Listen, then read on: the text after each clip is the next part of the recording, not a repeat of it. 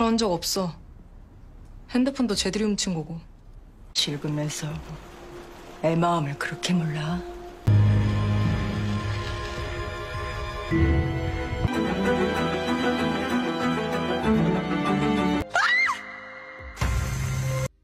Halo guys, balik lagi ke channelnya Mimin. Gimana kabar teman-teman semua? Semoga baik-baik aja ya. Oke, di video kali ini mari kita coba review drama terbaru yang berjudul Dap. Dap itu artinya keraguan. Gimana reviewnya? Ini dia, by Mimin.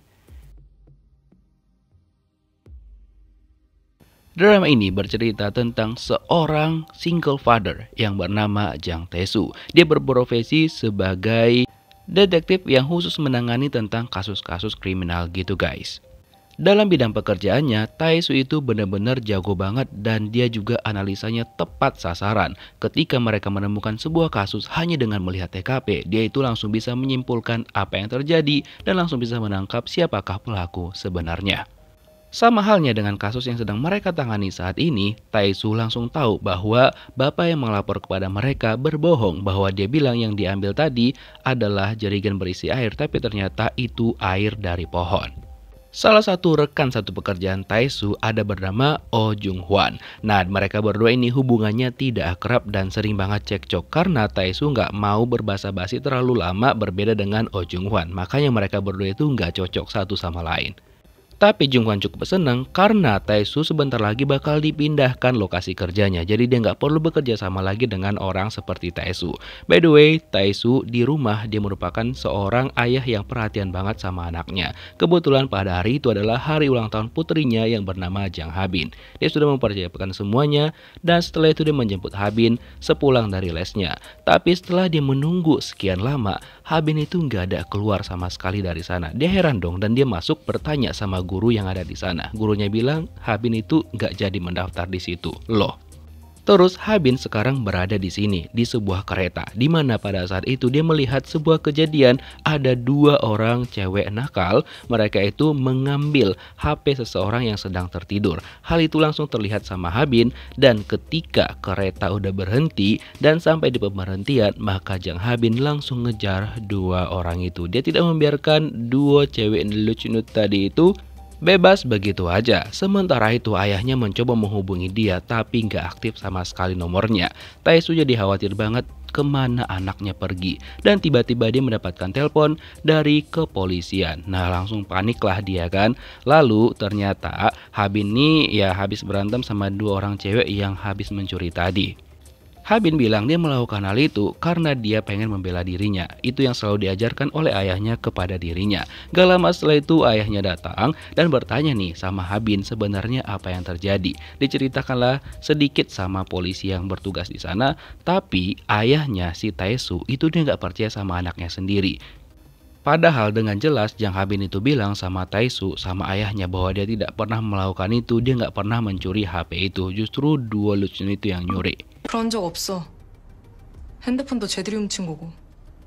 Namun Jang Tae-soo beneran gak percaya sama apa yang diucapkan oleh anaknya sendiri. Jadi dia bilang sama polisinya ya sudah mereka bakal tetap menjalani prosesnya dengan profesional. Nah ketika sampai di rumah disuruh sama Tae-soo Ha-bin ini untuk makan. Tapi dia itu bener-bener gak selera sama sekali. Dan dia juga ngebahas tentang kepindahan tugas ayahnya. Ayahnya bilang dia bisa tunda. Tapi Ha-bin bilang ya dia gak masalah. Toh dia juga menganggap bahwa dia itu gak pernah punya ayah sama sekali. Semenjak perceraian Tae-soo dan juga ibunya Ha-bin. Padahal Tae-soo kan sudah mempersiapkan semua itu untuk ulang tahun anaknya, bahkan kadonya juga udah disiapkan. Tapi ternyata ya semua sia-sia. 혹시 면접 보러 오셨나요? Keesokan harinya ada dua orang kandidat yang ditunjuk untuk menggantikan Tae-soo di kantor. Nah jadi dua orang kandidat itu adalah bernama Lee Eugene dan juga Koo Dae-hong. Nah mereka berdua itu sudah bersiap nih untuk ikut ujian yang diinterview langsung sama Jang Tae-soo. By the way, mereka berdua memiliki kepribadian yang berbeda banget 180 derajat. Nah, mereka berdua disuruh masuk sama Tae-soo dan langsung diinterogasi dan diberikanlah mereka sebuah case untuk mereka selesaikan berdua. Nah, karena memang kepribadian mereka berbeda, otomatis pendapat mereka juga cukup berbeda. Jadi di sini Eugene dan juga Dae-hong cukup berdebat. Jadi mereka itu perdebatannya cukup panjang lah untuk menyelesaikan dan juga mengutarakan pendapat mereka dari kasus yang dikasih sama Tae-soo. Nah, setelah itu wawancara selesai, tiba-tiba aja Eugene tuh menemui Tae-soo dan dia bilang bahwa kalau misalkan dia lolos, nantinya dia bakal kerja sama Tae-soo. Tapi ya dicuekin. Sudah biasa ya. Karena seorang Jang Tae-soo itu nggak bisa disogok-sogok pakai orang dalam kayak gitu ya. Nah, setelah itu dia mengutarakan sama bosnya bahwa dia sebenarnya pengen tetap stay di sana, tapi bosnya bilang ya dia juga nggak punya kuasa karena itu sudah perintah dari bos mereka yang paling atas lagi. Nah, terus ditanyalah sama bosnya ini siapakah kandidat yang paling oke untuk menggantikannya antara dua orang tadi, dan dia juga sudah mempersiapkan surat pindahnya dia. Setelah itu Jung Hwan ngajak dia untuk makan bersama karena untuk merayakan kepergiannya Tae-soo. Jadi mereka itu nggak satu kantor lagi. Tapi dia nggak mau, sakit hati lagi tuh Jung Hwan. Kata gue teh lo mending diem aja biar nggak sakit hati ya kan. Dan ketika di jalan pulang, tiba-tiba Tae-soo itu melihat anaknya Jang Ha-bin sama teman cowoknya jalan berdua dan kelihatan Ha-bin tuh happy banget. 친구랑 있는 거 봤는데. Sesampainya di rumah, sebagai seorang ayah ditanyalah sama Tae-soo itu tuh siapa gitu kan. Ha-bin bilang ya temannya dia. Dan tiba-tiba Tae-soo mendengar HP ada yang bergetar di tasnya Ha-bin. Pas ditanya Ha-bin bilang enggak, itu HP yang dia pegang. Tapi Tae-soo nggak percaya, diceklah HP-nya. Dan Ha-bin bilang itu HP temannya. Dan temannya menitipkan HP itu sama dia karena nggak mau nanti ditahan sama guru mereka. Dan Ha-bin juga akhirnya mengutarakan kekecewaannya kepada ayahnya karena Tae-soo itu sering banget nggak percaya sama dia, terutama ketika mereka di kantor polisi.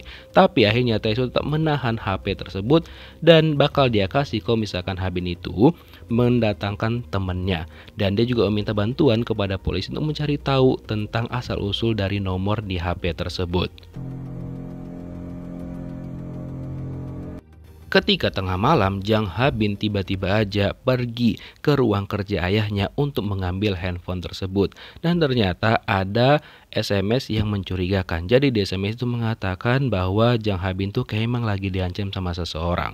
Keesokan paginya, Tae-soo membangunkan Ha-bin tapi nggak ada nyahu. Dan ketika dia cek di kamar, loh kok udah nggak ada nih anak. Dan ketika lihat di jendela, loh Ha-bin tuh kayak mau kabur.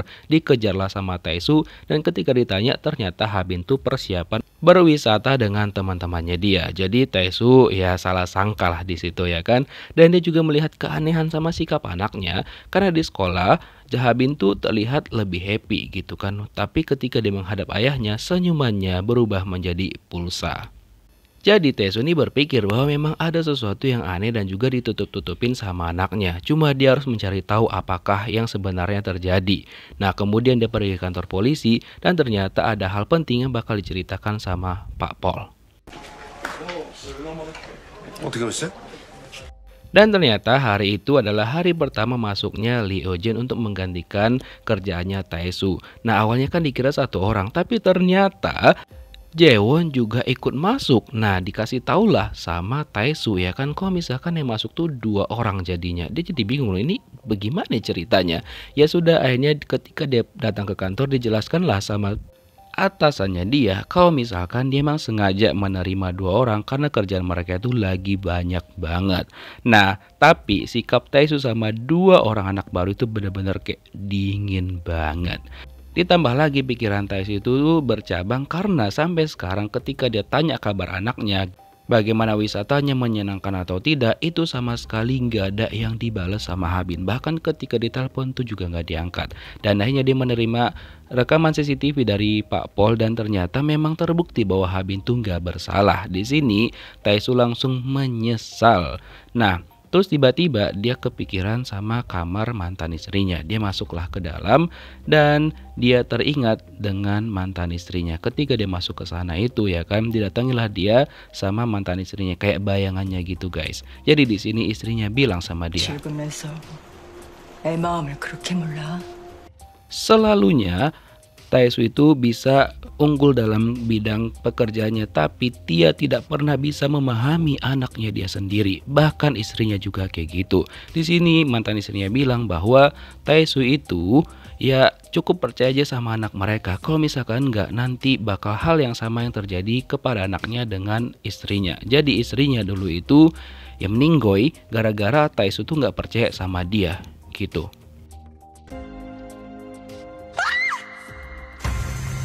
Dan di tempat lain, tiba-tiba di suatu malam dengan hujan yang cukup deras, ada teriakan seorang anak perempuan yang kayaknya itu berhubungan dengan Habin. Karena HP-nya Habin, terlihat Taesu nelpon, cuma tiba-tiba HP itu diambil sama seseorang tadi kenal. Dan keesokan harinya ada laporan dari pemilik gudang di sekitar hutan itu, dan mereka langsung melakukan pengecekan ke dalam. Dan bener aja dong, ternyata polisi dan juga pemilik gudang itu menemukan ada bercak belat, dan mereka langsung memanggil seluruh kepolisian ke sana.